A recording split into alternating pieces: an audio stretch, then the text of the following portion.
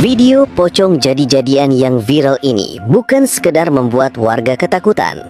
Di balik teror yang mengetuk rumah saat malam, polisi justru mencium ada sesuatu yang janggal dan dugaan motif yang lebih berbahaya.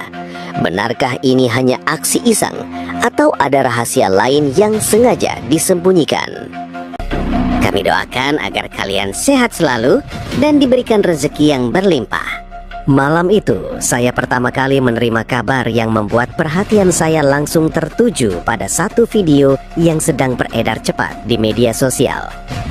Sebagai Kasih Humas Polresta Tangerang, saya sudah terbiasa menghadapi berbagai informasi yang tiba-tiba viral dan memancing reaksi masyarakat.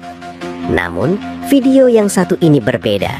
Dalam hitungan singkat, rekamannya sudah menyebar ke berbagai grup percakapan, dibagikan berkali-kali, dan menjadi bahan pembicaraan di banyak tempat. Isi videonya memperlihatkan sesuatu yang cukup mengejutkan. Sejumlah warga terlihat berkerumun pada dini hari, lalu menangkap sosok yang disebut-sebut sebagai pocong jadi-jadian yang sebelumnya meresahkan lingkungan mereka. Ketika pertama kali melihat potongan video itu, saya tidak langsung terbawa suasana seperti banyak orang yang menontonnya. Pengalaman di lapangan mengajarkan saya bahwa sebuah rekaman yang viral belum tentu menggambarkan keseluruhan kejadian.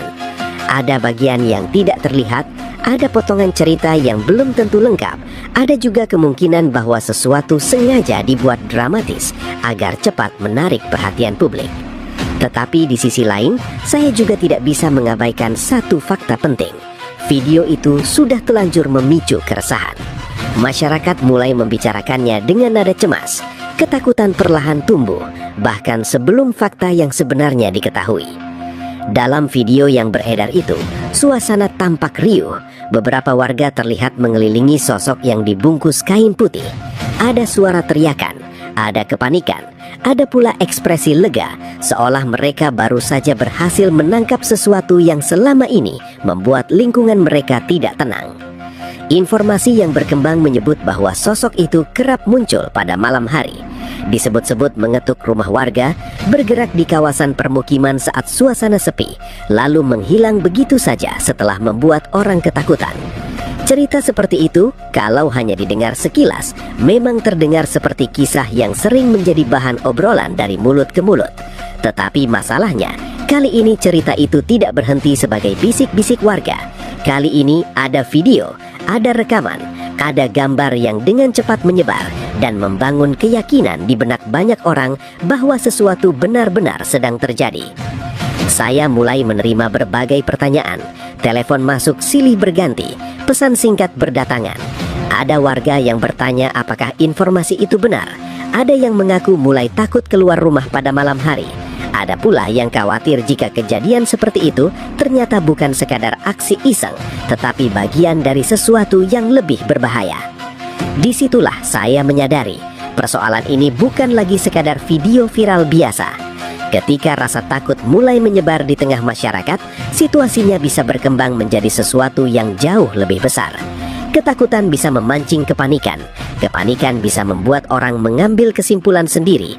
Dan ketika kesimpulan dibangun tanpa fakta, suasana bisa menjadi tidak terkendali. Informasi yang beredar menyebut bahwa sebelum sosok itu tertangkap, warga sudah lebih dulu dibuat resah. Pada malam-malam sebelumnya, ada cerita tentang suara ketukan misterius di pintu rumah. Ada yang mengaku melihat sosok putih berdiri di kejauhan. Ada yang mendengar cerita dari tetangga, lalu meneruskannya ke orang lain. Dalam waktu singkat, cerita berkembang kemana-mana. Sebagian mungkin benar, sebagian hanya tambahan dari ketakutan yang sudah terlanjur membesar. Saya tahu betul bagaimana situasi seperti ini bisa bekerja.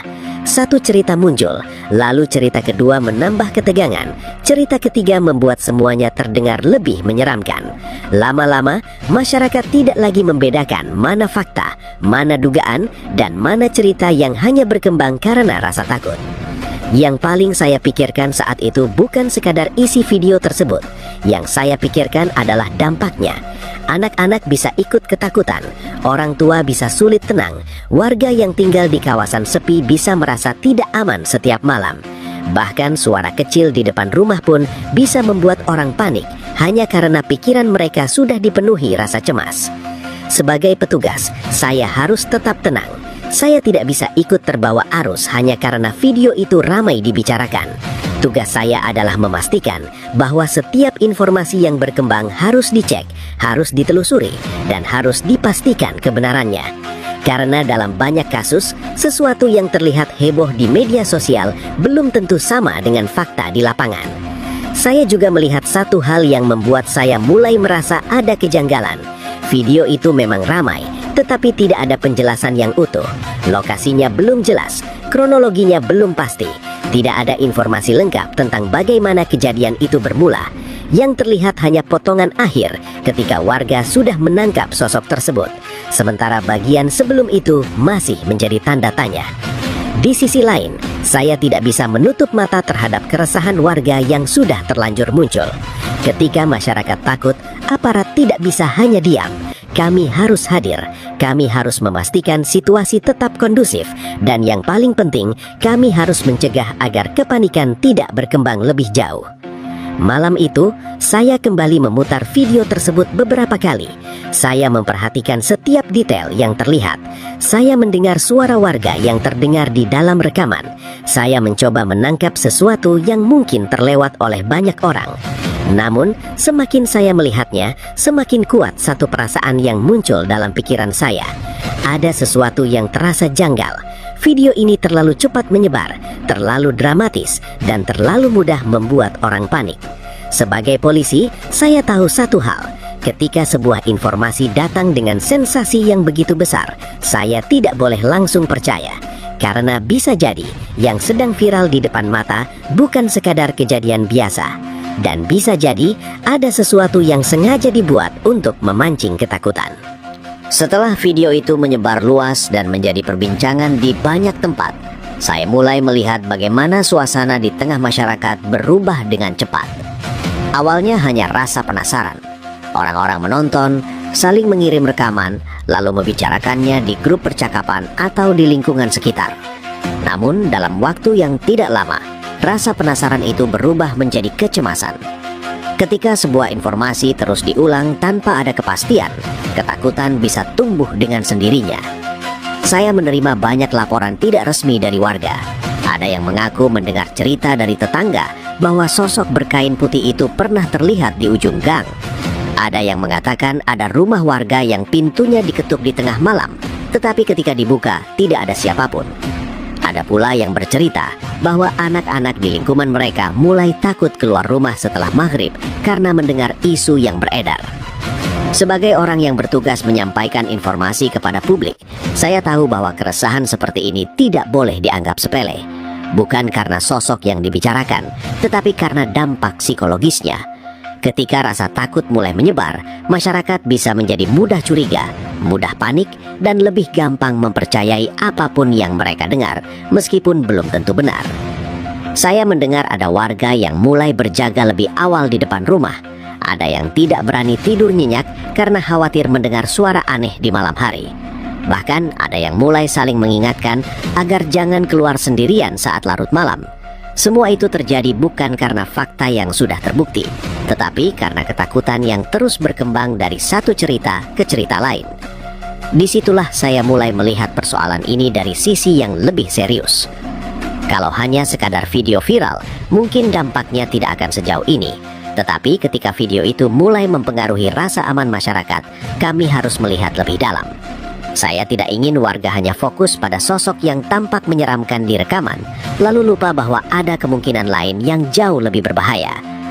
Belakangan mulai muncul dugaan yang membuat saya semakin waspada. Ada pembicaraan bahwa aksi teror berkedok pocong ini bukan sekadar ulah iseng. Sejumlah informasi yang beredar mengarah pada dugaan bahwa ketakutan itu bisa saja dimanfaatkan sebagai kedok untuk tindak kriminal. Logikanya sederhana. Ketika warga panik, ketika suasana lingkungan dibuat tidak aman, ketika orang-orang takut keluar rumah, atau terlalu fokus pada satu sosok yang menakutkan, situasi seperti itu bisa membuka peluang bagi pelaku kejahatan untuk bergerak. Saya pernah melihat bagaimana rasa takut bisa dimanfaatkan. Orang yang panik tidak selalu berpikir jernih. Lingkungan yang gaduh karena satu isu bisa kehilangan kewaspadaan terhadap ancaman yang sebenarnya. Ketika perhatian masyarakat tersedot pada satu hal, ada celah yang bisa dimanfaatkan pihak lain. Dugaan seperti itu tentu tidak bisa langsung disimpulkan begitu saja, tetapi sebagai aparat, kami harus mempertimbangkan setiap kemungkinan. Karena tugas kami bukan menunggu kejadian membesar, melainkan membaca potensi ancaman sebelum semuanya terlambat. Informasi yang berkembang menyebut bahwa aksi menakut-nakuti warga seperti ini bisa saja sengaja dilakukan untuk menciptakan suasana tidak aman. Ketika orang sudah ketakutan, rumah-rumah menjadi lengah, warga lebih fokus pada isu yang beredar, dan lingkungan bisa kehilangan kontrol. Itulah yang kemudian menjadi perhatian serius kami. Saya juga teringat pernyataan pimpinan kami, Kombes Pol Indra Waspada, yang mengingatkan masyarakat agar tidak mudah percaya pada informasi yang belum jelas kebenarannya. Dalam situasi seperti ini, pesan itu sangat penting, karena seringkali sesuatu yang belum tentu benar justru bisa berkembang menjadi ketakutan massal jika terus disebarkan tanpa verifikasi. Saya memahami bahwa rasa takut adalah hal yang manusiawi. Siapapun akan terkejut jika mendengar cerita tentang sosok misterius yang mengetuk rumah di tengah malam. Siapapun bisa merasa cemas jika melihat video yang dibuat dramatis lalu dibagikan berulang kali. Tetapi yang berbahaya adalah ketika rasa takut itu mengambil alih akal sehat. Malam-malam berikutnya saya mendapat informasi bahwa beberapa lingkungan mulai lebih tegang dari biasanya. Ada ronda yang semakin ramai, ada warga yang membawa alat penerangan tambahan saat berjaga. Ada juga yang saling curiga ketika melihat orang asing melintas di sekitar permukiman. Situasi seperti itu membuat saya semakin yakin bahwa persoalan ini tidak bisa hanya dilihat dari permukaan. Ketakutan yang dibiarkan tumbuh tanpa kendali bisa memicu banyak hal. Salah paham bisa terjadi, kepanikan bisa membuat orang bereaksi berlebihan. Bahkan orang yang sebenarnya tidak bersalah bisa ikut menjadi sasaran hanya karena suasana sudah terlalu panas. Saya tidak ingin hal itu terjadi, karena dalam banyak kasus, keresahan yang dipicu isu liar justru bisa lebih berbahaya daripada ancaman yang sedang dibicarakan. Yang paling saya khawatirkan bukan hanya soal sosok pocong jadi-jadian itu. Yang saya khawatirkan adalah ketika masyarakat mulai kehilangan rasa tenang, ketika orang tidak lagi memeriksa kebenaran lalu langsung percaya, ketika satu cerita menakutkan dianggap pasti benar hanya karena sudah viral, dan ketika kepanikan mulai berjalan lebih cepat daripada fakta. Dalam pengalaman saya, itulah momen yang paling berbahaya, sebab rasa takut yang tidak dikendalikan bisa mengubah lingkungan yang tenang menjadi penuh kecurigaan, bisa membuat orang saling curiga, bisa membuat keputusan diambil tanpa berpikir jernih, dan yang lebih mengkhawatirkan, kondisi seperti itu bisa dimanfaatkan oleh orang-orang yang memang punya niat tidak baik. Saat itulah saya mulai menyadari persoalan ini bukan sekadar soal video yang ramai dibicarakan. Ini sudah berubah menjadi soal keamanan. Dan kalau memang ada pihak yang sengaja menciptakan ketakutan untuk tujuan tertentu, maka kami harus menemukan jawabannya sebelum keresahan itu berubah menjadi sesuatu yang lebih besar. Karena dalam pengalaman saya, ancaman yang sebenarnya tidak selalu datang dalam bentuk yang menakutkan. Kadang ancaman itu justru datang lewat kepanikan yang sengaja diciptakan. Setelah keresahan mulai terasa di tengah masyarakat dan berbagai dugaan bermunculan, saya tahu satu hal yang harus segera dilakukan. Kami tidak bisa hanya berdiri di tengah arus informasi, lalu ikut menebak-nebak seperti yang ramai terjadi di media sosial. Tugas kami adalah mencari fakta, bukan mengikuti sensasi, bukan memperbesar cerita. Dan tentu saja, bukan mengambil kesimpulan sebelum semuanya jelas. Itulah sebabnya penyelidikan mulai kami lakukan dengan lebih serius. Sebagai Kasih Humas Polresta Tangerang, saya berada di posisi yang harus menjawab banyak pertanyaan dari publik. Namun di balik itu, saya juga harus memastikan bahwa setiap pernyataan yang keluar dari kepolisian didasarkan pada data yang bisa dipertanggungjawabkan. Saya tidak bisa sekadar mengatakan bahwa video itu benar atau salah sebelum semua ditelusuri. Karena satu kalimat yang keluar tanpa dasar bisa memperkeruh keadaan. Langkah pertama yang kami lakukan adalah menelusuri video yang sudah telanjur viral itu. Saya memperhatikan kembali rekaman yang beredar. Potongan gambar diputar berulang kali. Saya mencoba melihat detail yang mungkin luput dari perhatian orang lain. Siapa yang merekam? Bagaimana suara di sekitar lokasi? Apa yang terdengar dari percakapan warga? Apakah ada petunjuk tentang tempat kejadian? Apakah ada tanda-tanda yang bisa membantu kami mengurai apa yang sebenarnya terjadi? Tetapi seperti banyak video viral lainnya, rekaman itu justru meninggalkan lebih banyak pertanyaan daripada jawaban. Yang terlihat hanya bagian ketika warga sudah menangkap sosok berkain putih itu. Suasana ramai, teriakan terdengar jelas. Ada ketegangan yang terasa dari rekaman. Tetapi bagian sebelum kejadian tidak ada. Tidak terlihat bagaimana awal mula sosok itu muncul. Tidak ada penjelasan siapa yang pertama kali melihat. Tidak ada kepastian tentang lokasi maupun kronologi lengkapnya. Bagi orang awam, mungkin video seperti itu sudah cukup untuk membentuk keyakinan. Tetapi bagi saya, justru bagian yang tidak terlihat itulah yang paling penting. Karena seringkali potongan video hanya menunjukkan hasil akhir, sementara cerita sebenarnya ada di bagian yang sengaja atau tidak sengaja tidak ikut rekam. Kami mulai menelusuri sumber penyebaran video tersebut. Siapa yang pertama kali mengunggah? Siapa yang merekam?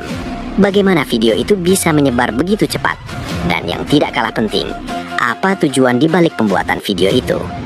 Saya tahu, di era media sosial seperti sekarang, banyak hal bisa viral dalam waktu singkat. Ada yang memang berisi kejadian nyata, ada yang dibagikan karena kepanikan, tetapi ada juga yang sengaja dibuat dramatis demi menarik perhatian, demi sensasi, demi mendapatkan reaksi sebanyak mungkin. Itulah yang membuat kami tidak boleh gegabah. Saya juga meminta agar laporan-laporan masyarakat yang berkaitan dengan isu ini mulai dicocokkan satu persatu. Jika ada warga yang merasa pernah mengalami kejadian serupa, kami perlu tahu kapan, di mana, dan bagaimana peristiwanya. Kalau ada titik lokasi yang disebut-sebut sering muncul sosok misterius, kami perlu memastikan apakah benar ada kejadian atau hanya cerita yang terus berkembang dari mulut ke mulut.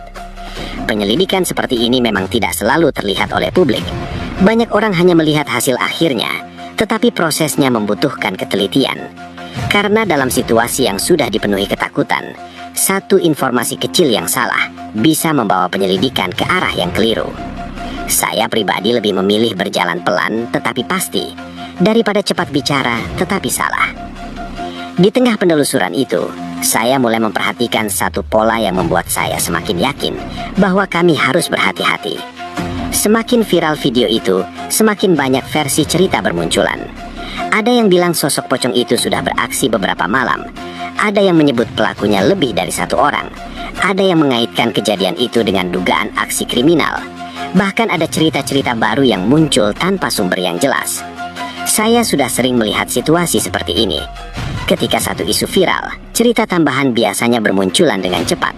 Sebagian mungkin berdasarkan pengalaman nyata, tetapi sebagian lainnya bisa lahir dari asumsi, ketakutan, atau sekadar ikut memperbesar cerita yang sedang ramai. Itulah yang membuat kami semakin penting. Kami harus memisahkan mana fakta, mana dugaan, dan mana cerita yang hanya berkembang karena kepanikan. Saya selalu percaya, polisi tidak boleh bekerja berdasarkan rumor. Polisi harus bekerja berdasarkan bukti. Karena kalau kami ikut terbawa arus cerita, kami justru akan kehilangan arah. Dalam proses penyelidikan, saya juga mulai berpikir tentang satu kemungkinan yang terus mengganggu pikiran saya. Bagaimana jika video ini memang sengaja dibuat untuk menimbulkan keresahan? Bagaimana jika ada pihak yang sadar bahwa ketakutan adalah alat yang sangat efektif untuk memancing perhatian? Atau bahkan lebih jauh lagi, bagaimana jika kepanikan ini memang sedang dimanfaatkan untuk tujuan tertentu? Pertanyaan-pertanyaan itu belum punya jawaban. Tetapi sebagai aparat, kita tidak boleh menutup kemungkinan apapun. Saya tahu, masyarakat menunggu kepastian, media juga menunggu penjelasan.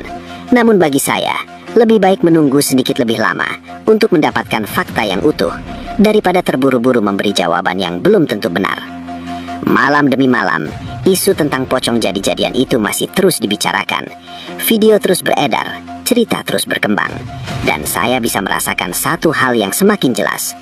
Ini bukan lagi sekadar soal sosok berkain putih yang tertangkap warga. Ada sesuatu yang lebih besar di balik kegaduhan ini. Sebab kalau benar ini hanya aksi iseng, mengapa dampaknya bisa sebesar ini? Mengapa ketakutan bisa menyebar begitu cepat? Mengapa video itu seolah muncul di saat isu keresahan sedang ramai dibicarakan? Pertanyaan demi pertanyaan itu terus berputar di kepala saya. Dan semakin saya menelusurinya, semakin kuat satu keyakinan yang muncul, bahwa tugas kami bukan hanya mencari siapa yang ada di balik kain putih itu, tetapi juga mencari siapa yang ada di balik kepanikan yang sedang dibangun. Karena dalam banyak kasus, sosok yang terlihat menakutkan belum tentu ancaman yang sebenarnya. Kadang ancaman itu justru tersembunyi di balik skenario yang sengaja dibuat agar semua orang fokus pada satu hal. Dan saat itulah saya sadar, semakin saya menelusuri, semakin jelas bahwa ini bukan sekadar soal sosok menyeramkan. Ada sesuatu yang lebih besar di balik ketakutan yang sengaja dibangun.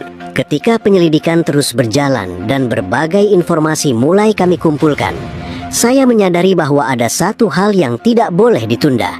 Menjaga situasi tetap aman di tengah keresahan masyarakat jauh lebih penting daripada sekedar menunggu hasil penyelidikan selesai.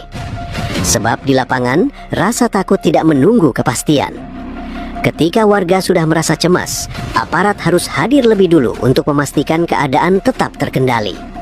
Itulah sebabnya, langkah konkret segera kami lakukan.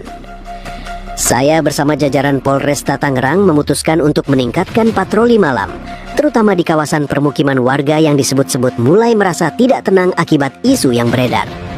Kehadiran aparat di lapangan bukan hanya untuk menjaga keamanan, tetapi juga untuk memberikan rasa tenang kepada masyarakat.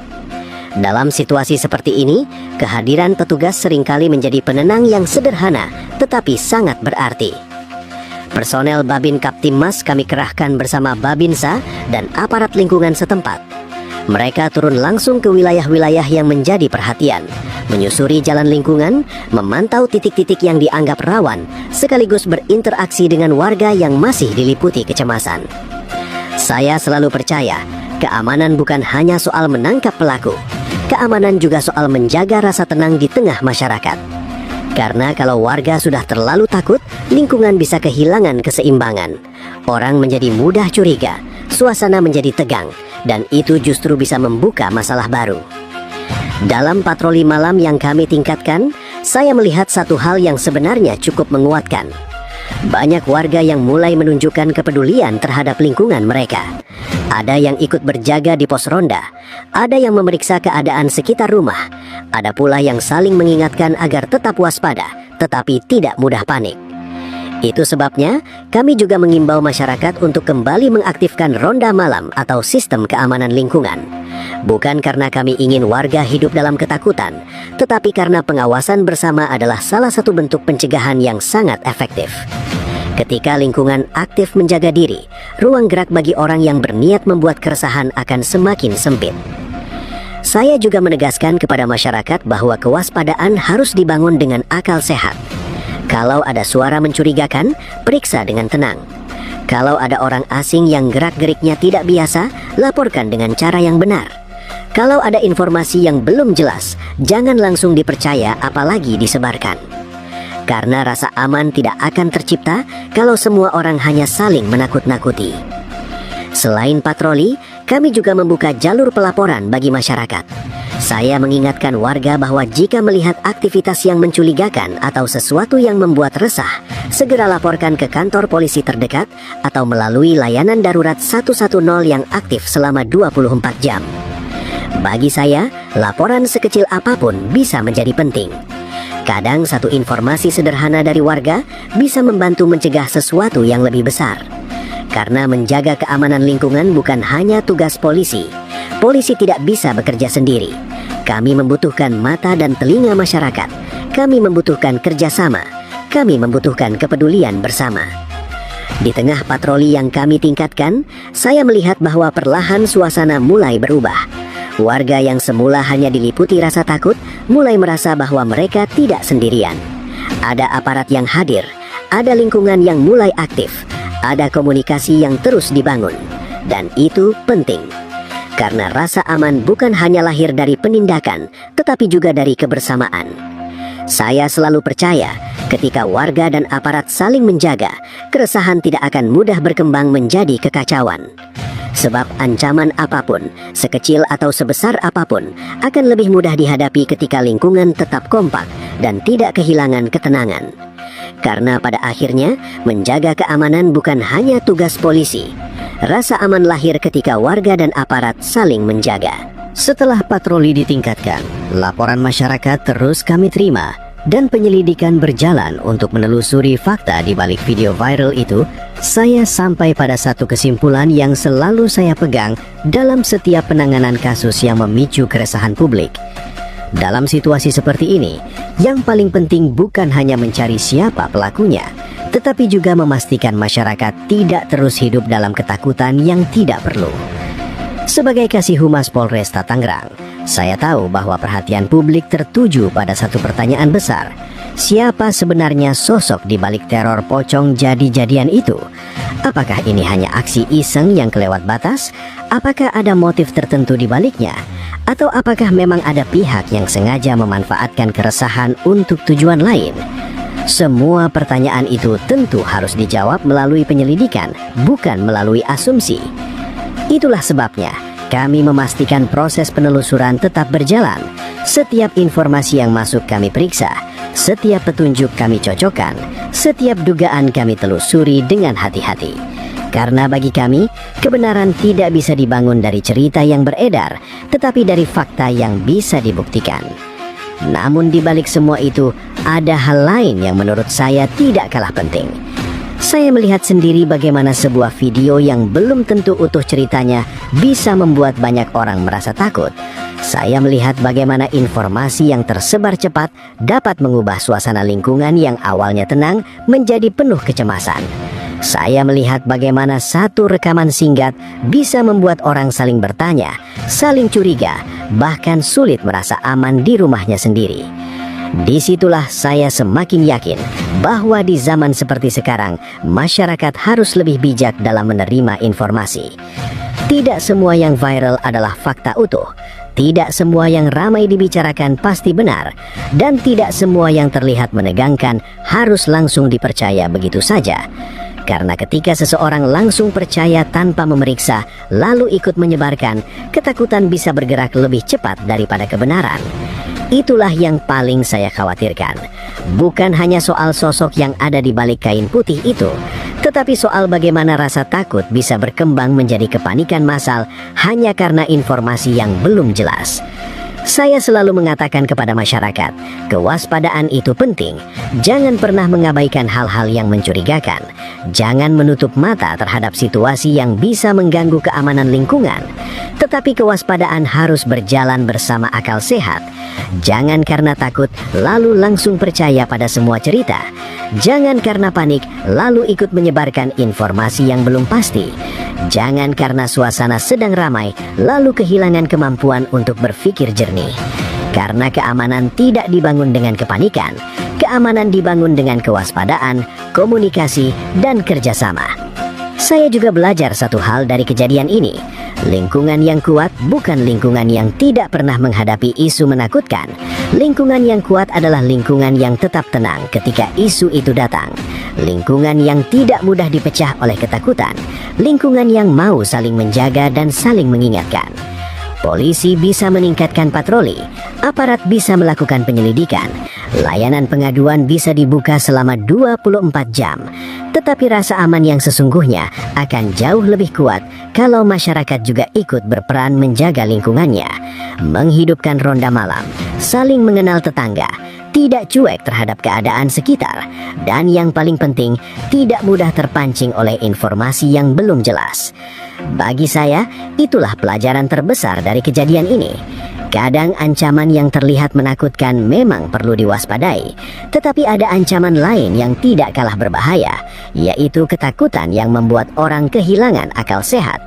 Karena ketika rasa takut sudah menguasai pikiran, orang bisa salah menilai, bisa salah mengambil keputusan, bisa bertindak tanpa pertimbangan, dan itulah yang justru bisa memperburuk keadaan. Sebagai polisi, saya percaya satu hal. Tugas kami bukan hanya menjaga keamanan di jalanan, tetapi juga membantu masyarakat tetap tenang di tengah situasi yang membuat cemas. Karena ketenangan adalah bagian dari keamanan, dan akal sehat adalah benteng pertama dalam menghadapi setiap keresahan. Maka dari itu, saya ingin menyampaikan pesan sederhana kepada masyarakat. Jangan mudah percaya sebelum tahu kebenarannya. Jangan mudah panik sebelum ada kepastian. Tetap waspada, tetapi jangan kehilangan ketenangan. Gunakan media sosial dengan bijak, bukan untuk memperbesar ketakutan, dan jaga lingkungan bersama, karena keamanan adalah tanggung jawab kita semua.